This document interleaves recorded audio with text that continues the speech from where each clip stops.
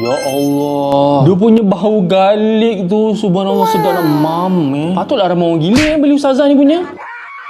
Kita ambil soleh kat roti, okey. Korang boleh letak dekat roti yang jenis keras boleh, letak kat jagung pun sedap. Nak letak kat ikan bakar boleh, udang boleh, apa jenis seafood pun boleh, sedap. Hari ni kita akan makan dengan roti saja. Kalau korang nak pakai roti toast pun sedap. Nak pakai air fryer pun sedap. Nak pakai guna kuali pun sedap sebenarnya. Lepas tu kau makan pula dengan telur. Aku ni kalau letak begini memang tak ada hari besok, memang aku letak banyak. Butter.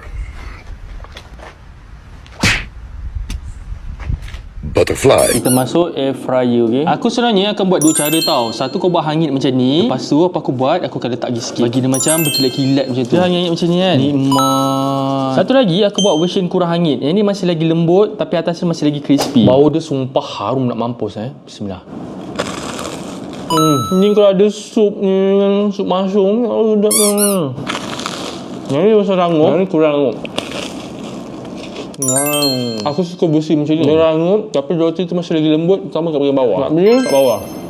Sedap.